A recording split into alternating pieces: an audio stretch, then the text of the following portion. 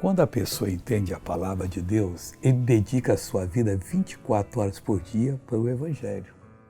Ele pode ser um médico, mas não perde lá na clínica de comentar o Evangelho.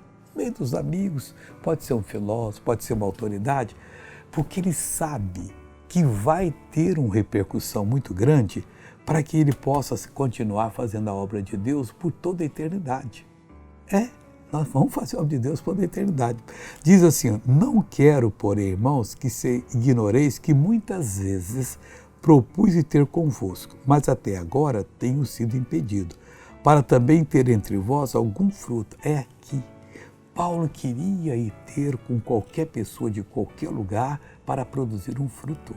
Um só já bastava, ganhava mais do que o mundo todo com aquela pessoa, como também entre os demais gentios. Vamos ter esse espírito, vamos ajudar a obra de Deus a avalancar em todo mundo, para que as pessoas possam ser abençoadas. Deus vai fazer coisa grande na sua vida. Veja essa pessoa que foi abençoada, já volto para orar. Eu quebrei esse cotovelo, eu fiquei 1 ano e meio. Aqui está vendo a cirurgia aqui. A marca dela aqui. Eu quebrei, fiquei 1 ano e meio com 2. Aqui também ainda teve aqui.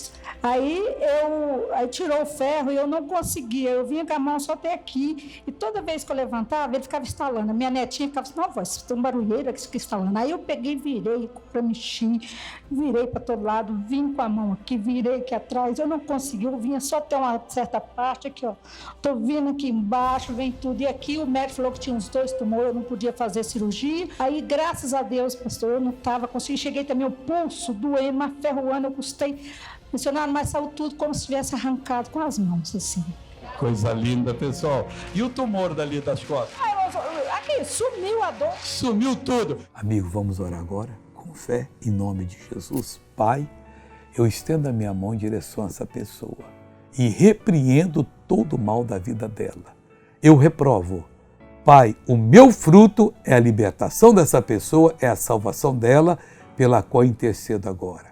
Seja curado, liberto e salvo, em nome de Jesus. E você diz amém.